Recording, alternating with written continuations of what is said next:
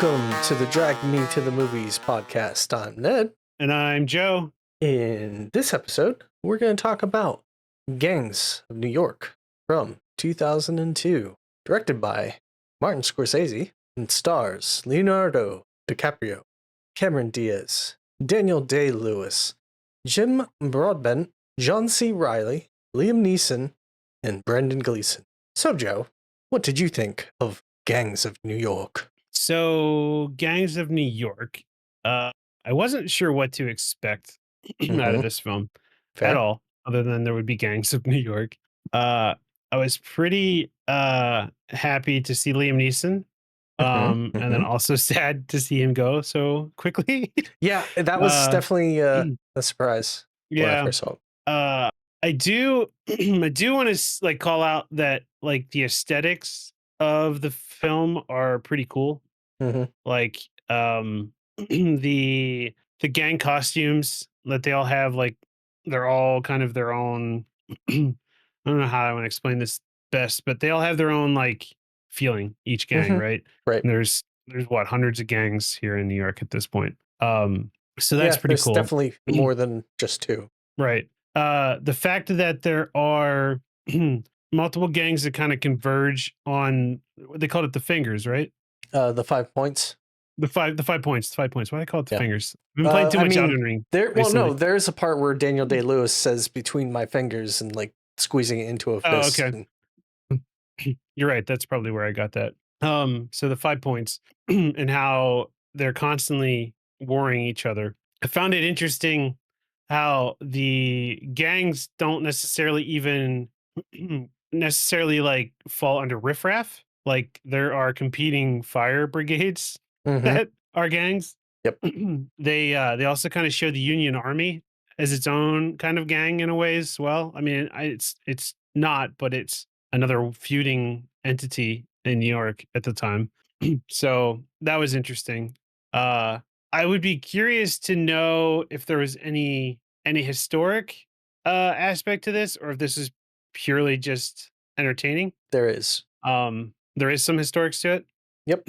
I mean, I know the Civil War happened, and Right. it So, happened during the time that it did. But first go ahead off, and I yeah, can give you add to some that. details there. So this is based off of a book called The Gangs of New York. And I think that book came out early 70s. I could be wrong, but Scorsese read it, bought the rights for the movie towards the late 70s, and he's had them for pretty much 2 decades before this actually got made. And it is based off history of these gangs and the 5 points being a thing in Manhattan. And it's not entirely factual based off actual timeline. He takes some liberties with a couple of decades, maybe around the time. But yeah, generally, you have the initial fight in 1846, which then you jump forward to 1862, 1863. That's kind of when that first draft happened. So all that's kind of factual. And then obviously, people being able to buy their, uh, ticket to get out of being in the draft was an option, which that's just another one of the things that played into this movie. And, the representation of the different classes, the racism, not only for Black people, but also the Irish. Which, yeah, all of that definitely happened in some extent, just some liberties with the actual timeline. Right, right. Yeah, there's there's definitely a lot of racism portrayed in this, but Yes. again, for the timeline, it is what it is. Uh, so yeah, so thanks for that because that's cool Hmm. to understand some of that background. Because I at first I just figured it was all educational, other than like I said, the Civil War was happening at that time and everything. But Yeah. the way the film ends with the little cemetery on the outskirts of the city Hmm. and it slowly decaying. I wondered if that was actually a call to something or if that was just more of a That was like a heed more. to like a past forgotten kind of It was thing. kind of a little bit of that, and that's ultimately like Scorsese is very much from New York, does New York things, and this was a part of history that he hadn't previously paid attention to. So he wanted to do a movie to kind of honor the history. Uh, it's just something that he wanted to do. And then that last scene was kind of like, paying tribute to New York over time and its growth and changes. And we have in that scene the Twin Towers, which I'll save that for later, but this does have some other things tied around that. Right. Okay. So yeah, so the representation of New York City in the 1800s was really well done. Again, like you said, with the classism and the racism that's going Mm-hmm. on, was really well represented as well. Not only from the politicians to the everyday person, but also between the gangs Yep. and their own classist ways. I think Daniel Day Lewis played a fantastic antagonist in this film as Bill the Butcher. Mm-hmm. um and in some cases I'm not sure how much of an antagonist he was. uh it's more of one of those, a bad guy with a creed kind of thing.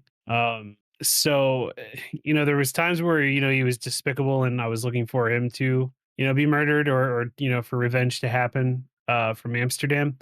But there were times also where, like, Bill the Butcher was talking about how priest Valen was the only person that he actually like cared that he murdered or killed. Right. It was more of like he was a man of respect and dignity, and And he, honor. Yeah. right. And at that point I was like, okay, well, maybe this was just business, for him, not necessarily that he's a bad guy, but he's also on the wrong side of history in a lot of this. Mm-hmm. There's the progressive union that's coming up, and he's very much anti-union, anti-Lincoln. So they really paint him in that bad light, you know. Excuse me.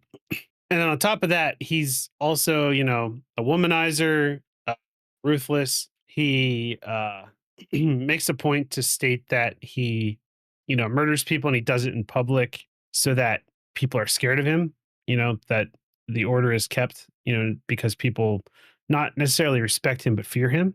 Mm-hmm. And so it's those like little things that they show throughout the film that kind of show you what kind of man he is, and how he also struggles with honor.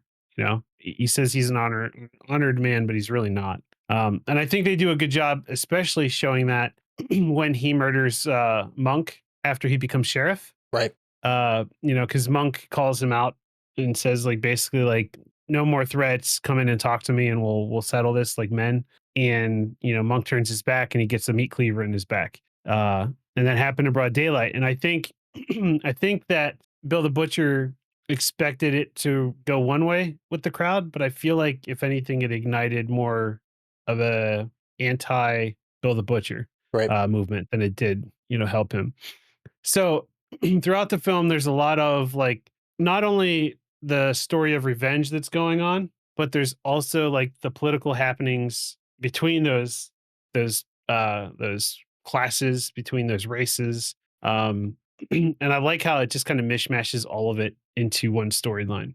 Mm-hmm. So it does a really good job taking a lot of these complex things and moving them together. uh, the other side of it too is, like I said a lot about the environment really feeling 1800s. The music in the film as well does a good job at making you feel 1800s. In a few cases that I can recall, the music in the film wasn't necessarily a score that's happening in the background, but it was actually like music happening in the scene. So, a man singing in the bar, singing an Irish tune.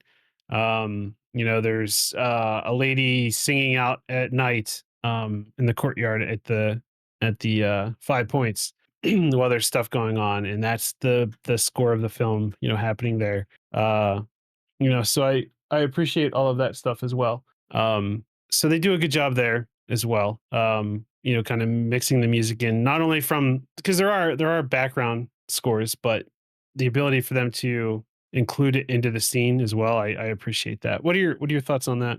Yeah, I agree. I mean, the music didn't stand out to me too much. And I do know that they went through a few things where I think they ended up replacing one of the composers and ended up switching up, which I don't know. It didn't stand out to me, but it didn't take me out of the movie, so it was fine. for me. Okay. Yeah, I I wouldn't say this is gonna win any awards, but I guess I appreciate when they can include the music in the scene and not necessarily like it's just background noise Hmm. to Yeah. enhance the feeling that you should be feeling, kind of thing. So yeah, so that's really well done. The acting in this film is really well done too, in my opinion. And in some cases, I'm seeing people in kind of roles that I haven't seen them in before, like John C. Riley. Like I know he's an actor that's done a lot of stuff, Yes. Yes, but he my has. personal experience has mostly been in like Comedies and funny things with Will movies, Ferrell. right? Yeah. So to see him in a more serious light was kind of a cool thing. So that was neat. Brendan Gleeson did a good job playing Monk. He kind of played that same character he plays in almost every film. You Hmm. know, that that tough, wise, not wise guy as in like smart ass, but wise as in like an old soul. And he played that well in this as well. Well, Oh, good. that's actually kind of funny. So Liam Neeson was originally meant to be cast for Monk, Okay, but ultimately he ended up choosing playing the priest, and then they brought in Gleason. that's interesting. Yeah. Huh. Yeah, I wonder. I mean, I guess it's probably more of a Liam felt more connected to the role of Valen. I would Yeah, imagine because the screen time something like wasn't that. there. Yeah. I don't know. I can't remember if he had any other projects going on at the time, but I'm sure the character probably spoke to him the most. Gotcha. Okay. Yeah. So acting was good there. Like I said, Daniel Day Lewis did a fantastic job being Bill the Butcher. Um, he really did a good job portraying kind of like a chess master of sorts, in this world of gang violence, but Hmm. also kind of that unhinged character that, the slightest thing goes wrong and he loses it type. He does a great job portraying that. Leonardo DiCaprio, of course, does a good job playing Amsterdam. I I felt the highs and the lows that Amsterdam would feel through Leonardo. And yeah, can't really say much beyond that, but he did a great job.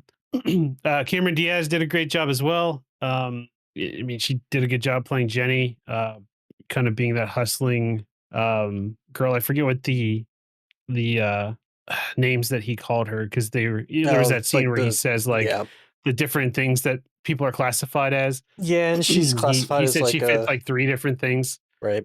Yeah, because she pickpockets, she like uses her looks, and then she also sneaks into people's houses as like maids and steals stuff from them while she's cleaning their house, kind of thing.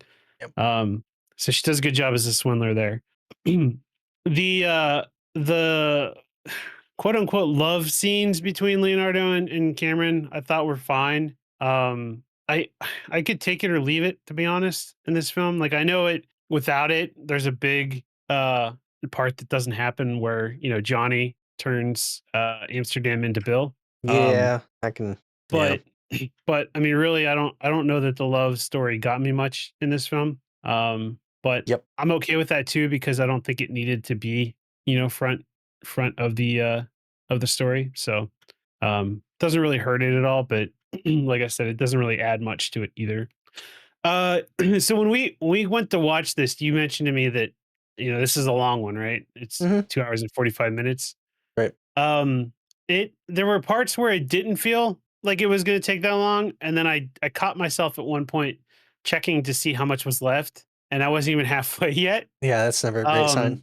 No, but I feel like it was because the pacing of the film was a little off, and I think it's because it's almost as if it's in chapters, right? So there's the revenge arc, right? Of Hmm. well, I should say the build up to revenge. So Amsterdam working his way into Bill the Butcher's ranks and getting his trust, and then there's post failed revenge, which is another revenge arc that happens, right? And I kind of expected it almost to end when he got caught, when Amsterdam got caught by Billy. Right. And I think that's about the time I ended up looking and saw that it was maybe like a little over halfway, and there was still a lot more to go.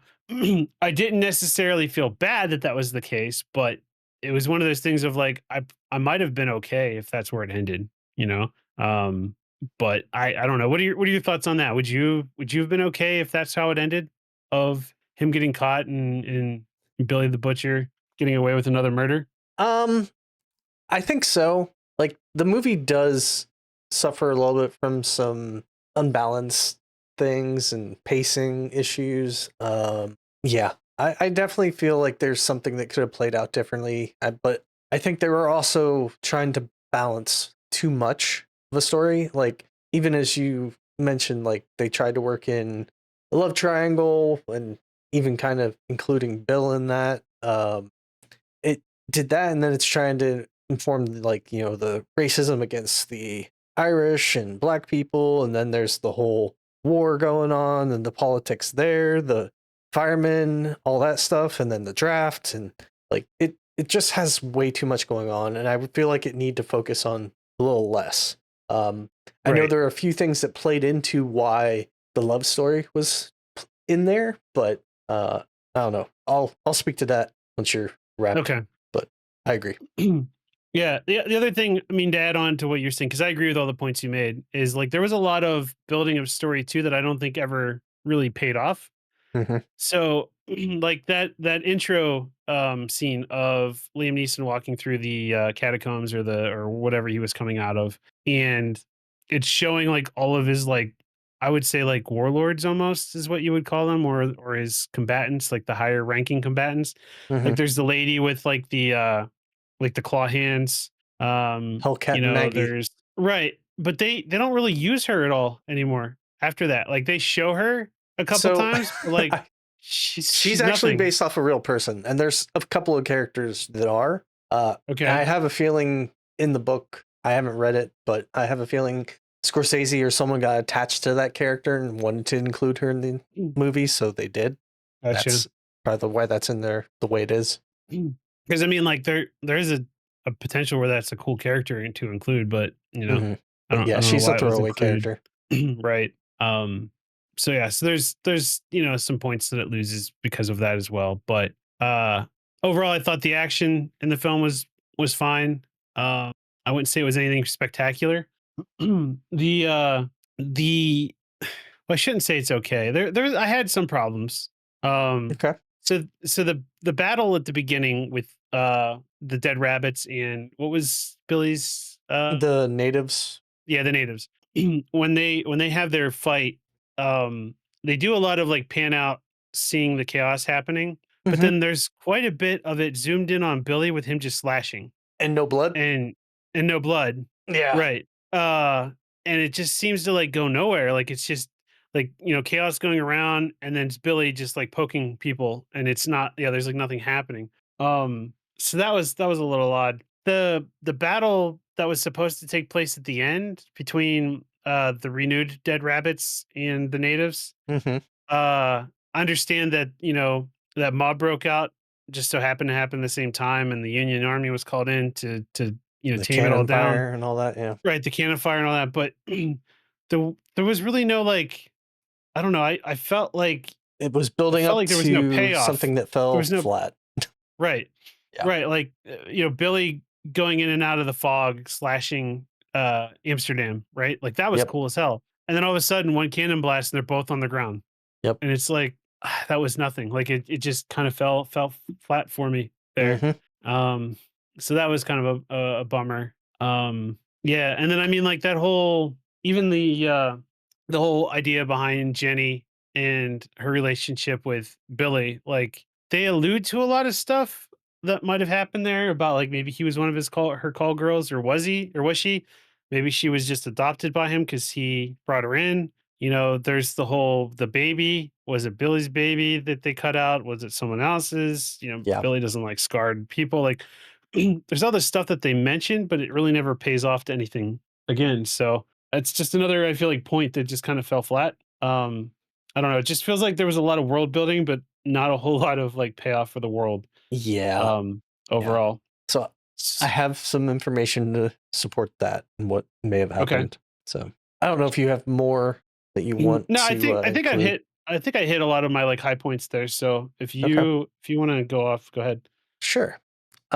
So this movie, it is something that had a few things happen. So it was over budget, and it was also uh, kind of drawn out as far as schedule goes. Mhm. So originally they were given 84 million, and then they needed like, probably another 15 million or so to get it actually finished, which uh, Leo and Marty both kind of give up some of their salary to keep the film going, and they had to ask the producer for more money, and that producer was Harvey Weinstein, which yeah, that Boo! that Harvey Weinstein. Boo!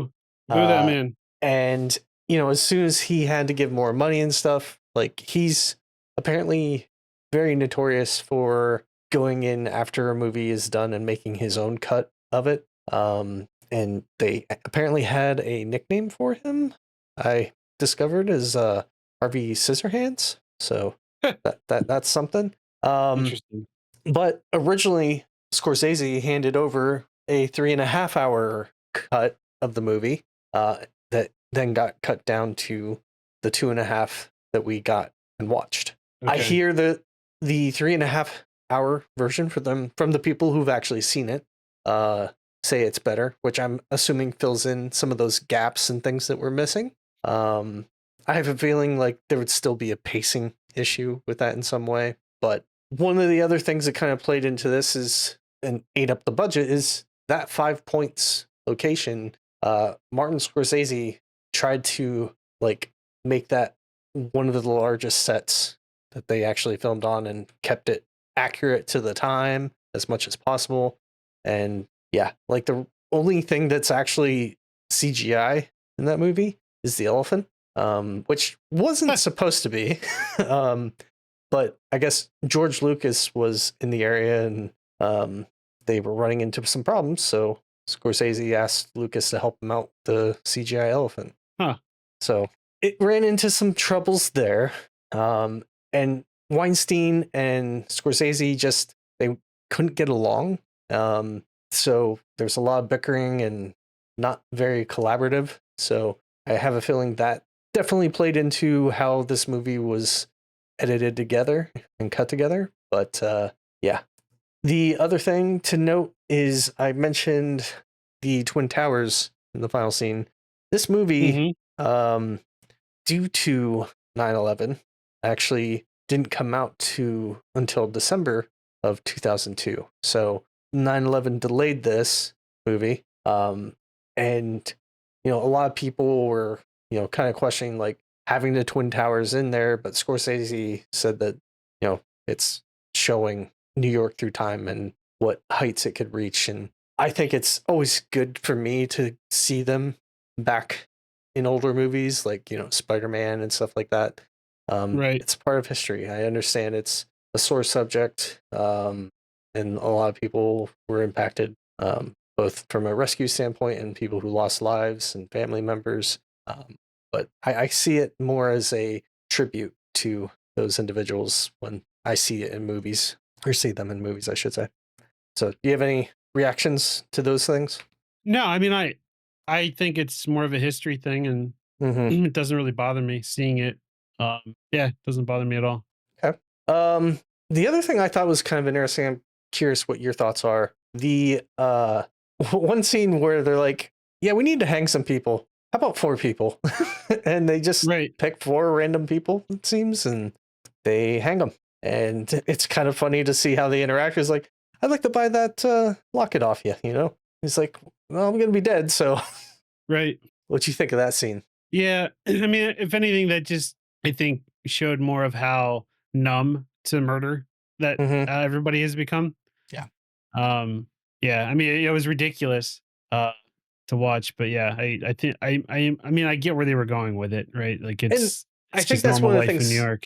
they were trying to like really paint the picture better, and I don't think they got the opportunity to do it well. But you know as there's a lot of racism going on, especially with the Irish here, um the 5 Points was a kind of like the slums of the time, where a lot of people are living in a congested area, and having hangings probably was common to thin the herd a little bit, Right. sadly. But yeah.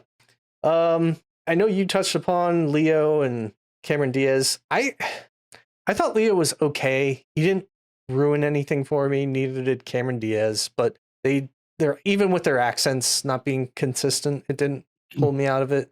But it did Right. seem to me like I kind of wish someone else was casted, and I think they could have done a little bit better of a job. Like I didn't feel the revenge aspect to this movie as much. Like I think I had some comparisons to The Departed. You've seen that, right? Yes. So you know how Leo works in with the bad guy, kind of like I kind of got those feels as I watched it, um, Hmm. but it didn't have the gravitas, I guess, that I'm looking for, or the impact that I was expecting for like this build up, and you know they have that celebration honoring the priest, and he's about to do the shot, and he's about to shoot, and I do like how you know the butcher is able to deflect his knife and whatever, and you know have it play out there, which I kind of wish, yeah, would have been nice for it to just end there, maybe. But yeah, I don't think those two actors carried this movie. I do feel Daniel Day Lewis obviously did, and you know Right. he's notorious for method acting, which you know he actually hired some people that I guess traveling circus people like that do throwing knives. So he had them train him, and he worked he worked in a butcher shop for a bit, and then even the whole glass eye thing. He had a glass eye contact thing, and he legit played with knives, learning to tap the blade on his contact. So That's I crazy. always end up respecting, but like I feel like sometimes he takes things a little too far with method acting, and I guess him and Leo both kind of did that in this movie. But I feel Leo's was not up to par. Which, granted, this was a few years after Titanic, and he was really trying to course correct his career, not to be pigeonholed into you know the heartthrob actor. Which you know many years later, I feel like his career has been very impressive. There was another movie out around this time, which is Catch Me If You Can, and I Hmm. loved him in that movie. But I feel this one, I don't know if he wasn't feeling it or what, but I was not blown away by his performance. Yeah, I do feel the you calling out like the inconsistent accents and stuff. Hmm. Like that definitely felt like a lot of times like it was just kind of being phoned in. Right. Um, so no, I agree with you on that.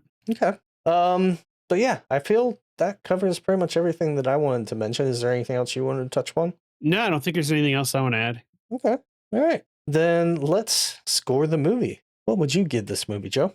So I gave Gangs of New York a 2.5 out of 5. Okay. All right. Yeah, kind of felt middle of the road for this one, to be honest. I wanted more than what it delivered, I guess is what I can say. Yeah, which I mean, for Scorsese, this is definitely probably one of his lower rated movies, but I still gave it a 3.5 out of 5 because Okay. while some of the acting wasn't great, Daniel Day-Lewis was great. The, you know, vision that Scorsese had, I really appreciated. I feel that the editing, even though there was some parts with the blood and stuff didn't work, I felt that was mostly handled nicely. Cinematography and the costume and set design stuff was all Yeah, superior. So I appreciate all those things that came together for this movie. that's fair. So yeah, all right. Well, let's talk recommendations, which I have some options for you. Okay, I like options. So, your options are The Prestige, which is 130 minutes, Rat Race, which is 112 minutes, or would you like to see Dick, which is 94 minutes? I'm sorry, what? Do I want to see dick? Yeah, uh, what is tick? Oh, okay. The that's the tick's one with Will Ferrell. Yeah. yeah, the Will Yep. Ferrell one. I think I don't think I'm ready for Dick, Ned. Okay. That's fair. Why don't we I mean, I know we both saw this film, but it's been a long time. I could use a good laugh. Why don't we watch The Rat Race? All right. Sounds good to me. I have seen it. I know you have, but it's been, I think, probably since it first came out for me. Yeah, probably same for me as well. It's to me this is kind of like equivalent to Clue. Like Yeah. I remember Yeah. loving it. I Hmm. just hadn't gone back and seen it. So, Nice. yeah, I'm ready for it. Okay. Awesome. All right. Well, that is going to wrap this episode. Be sure to check us out on Threads and Facebook at To The Movies Pod. And we're also on YouTube, which is what we prefer you to watch, but you understand if you're just out for audio. But you can find us there at The Movies Pod. And thanks for joining, everybody. Yeah, thanks for dragging me to that movie, Ned. No problem, man. Bye, everybody. Bye-bye.